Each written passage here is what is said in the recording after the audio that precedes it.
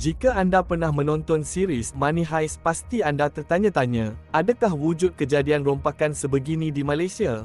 Ya, Malaysia pernah digemparkan dengan satu kes rompakan di sebuah bilik kebal bank di Ceras, Selangor yang menggunakan teknik menggali terowong dari bawah tanah. Pada tahun 1995, ketika umat Islam sedang sibuk meraihkan Hari Raya Aidilfitri, sekumpulan perompak telah berjaya merompak sebuah bank dan melarikan 723 peti deposit dengan nilai 30 juta ringgit.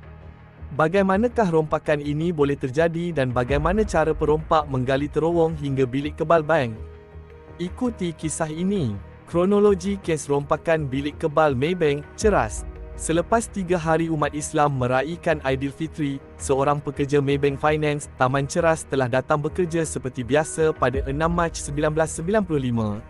Sewaktu pekerja itu memeriksa keadaan bilik kebal, pekerja itu terkejut apabila mendapati lantai bilik kebal itu berlubang dan peti-peti keselamatan telah pun dikosongkan.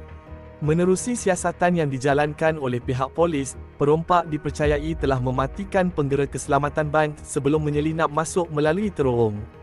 Kedudukan bank yang terletak di lot rumah kedai, dipercayai telah memudahkan perompak untuk melakukan rompakan dalam diam. Menurut sumber, perompak dipercayai masuk melalui sebuah longkang besar yang terletak di hadapan bank. Longkang besar itu sebenarnya berfungsi sebagai aliran air banjir dan boleh memuatkan saiz tubuh seorang lelaki dewasa dan berukuran 1 meter tinggi. Perompak dipercayai telah masuk ke dalam longkang tersebut sehingga melalui saluran kalbat. Selepas itu, perompak telah merangkak dan menyusuri saluran longkang tertutup sehingga tiba di pintu hadapan bank. Setelah memastikan kedudukan tepat pada sasaran, perompak mula menebuk konkrit pada bahagian sisi longkang yang tertutup untuk membuat terowong.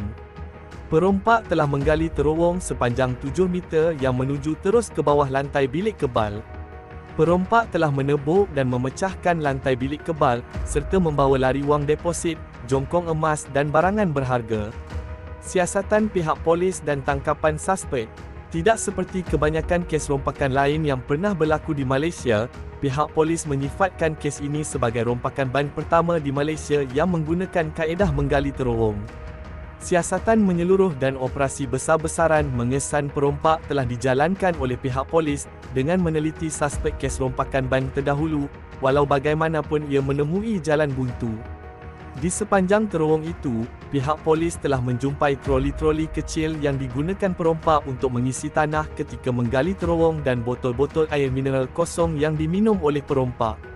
Akhirnya pada 28 April 1995, polis telah berjaya menangkap suspek utama Lee Kueh Leong, seorang mekanik penyaman udara.